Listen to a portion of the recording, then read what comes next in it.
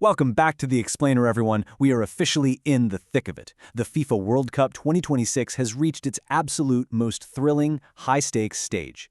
After weeks of just unforgettable matches, emotional roller coasters, nerve-wracking penalty shootouts, and some truly incredible individual performances, we are down to the wire. Only a handful of nations are left standing in this race to become world champions. The road to glory is getting incredibly intense right now, and we're going to break down exactly where things stand. Here is our roadmap for today's Explainer. Section 1, an unprecedented World Cup. Section 2, the remaining contenders. Section 3, why France is favored. Section 4, the science of winning. And finally, Section 5, the underdog factor. Let's dive right in. Section 1, an unprecedented World Cup, the biggest stage in history. So for the very first time in the history of the beautiful game, this tournament is being hosted by 3 different countries at the exact same time. We've got the United States, Mexico, and Canada. The sheer geographic and cultural scale of this event is completely unmatched. We are talking multiple time zones, wildly different climates, and stadiums that honestly look like literal spaceships. And the expansion doesn't just stop with the hosts. Check out this number, 48. This is officially the largest World Cup ever played. We've completely moved away from that traditional 32-team setup to include 48 national teams. That means bringing in way more global talent and way more distinct styles of play than we've literally ever seen on a single stage. Now, you might be wondering, how does a 48-team format actually function? Well, it's a bit like a giant puzzle. It started with 12 groups of 4 teams. Every team played 3 group stage matches. The math there was pretty simple. 3 points for a win, 1 for a draw, and a big fat 0 for a loss. But the real chaos? That kicked off in the next phase. To survive, you had to finish in the top 2 of your group, or be one of the 8 absolute best third-place teams. All of them got funneled into a totally unforgiving 32-team knockout bracket. From that moment on, every single match was a brutal win or go-home scenario. Which brings us to Section 2, the remaining contenders. Who survived the gauntlet? Okay, so after several incredibly tense knockout rounds, who is actually left? We are down to France, Spain, Belgium, Norway, England, Argentina, and Switzerland. And what's super fascinating here is this wild mix of traditional football heavyweights and massive, massive surprises. Belgium shocked the entire world by eliminating the United States, easily one of the tournament's biggest upsets so far. And then you have Norway, who've been incredibly impressive, making this really deep run that's been fueled almost entirely by highly disciplined defending and just top-tier organization.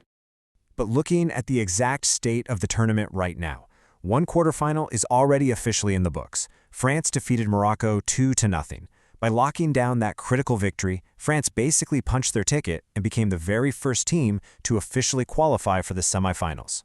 So that leaves us with 3 highly anticipated matchups to figure out the rest of the semifinal bracket.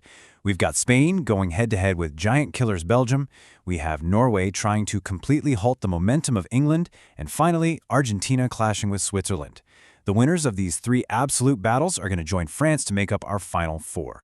Section 3. Why France is favored. The statistical frontrunner. If we strip away all the human emotion and look purely at independent statistical models and current betting markets, France is the mathematical favorite to win this whole thing. They hold the highest probability of lifting that trophy. But Spain is sitting quite comfortably right behind them in second, followed really closely by the incredibly talented squads of Argentina and England. So what does this all mean? Why does the math favor France so heavily right now? Honestly, it just comes down to a proven winning formula. France has shown that they are arguably the most balanced team in the entire tournament.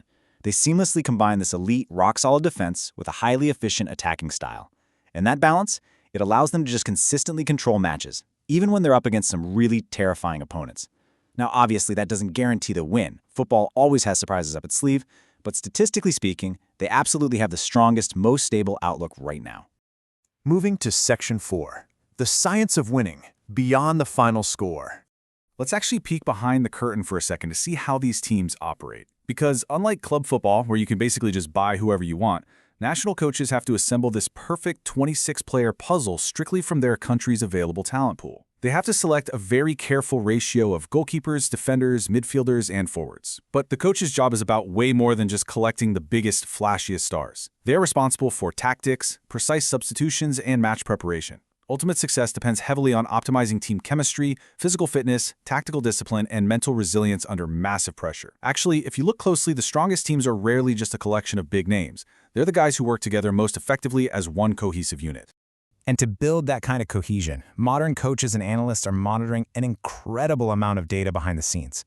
Modern football relies heavily on advanced analytics. They are definitely not just looking at the scoreboard anymore. They're tracking possession percentage, expected goals or XG, shots on target, passing accuracy, and total chances created. On the defensive side, they're measuring goal difference, clean sheets, defensive recoveries, pressing efficiency, and literally the sheer distance covered by their players out on the pitch. These numbers are absolutely crucial because they explain the mechanics of why a team is winning matches. It helps them identify strengths they can leverage and, just as importantly, weaknesses they need to protect. Which brings us to our final section, Section 5, the underdog factor, the magic of the World Cup. Because look, for all the talk we just did about data, probability, and advanced analytics, can an underdog still win? Absolutely. Because the reality of this sport is deeply emotional and completely unpredictable. The entire destiny of a tournament can change in the literal blink of an eye.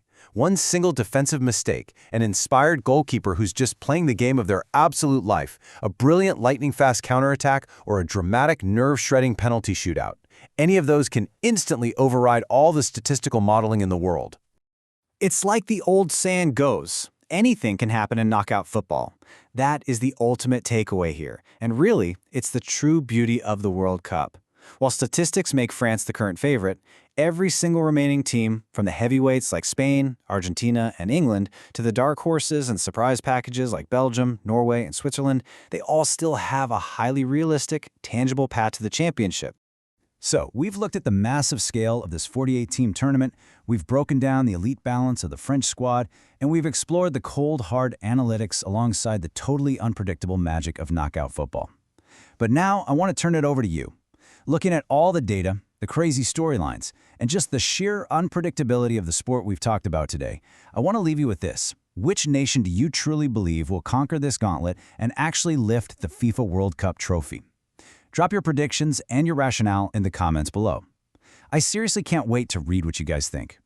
Thanks so much for joining me for this explainer, and enjoy the rest of the tournament.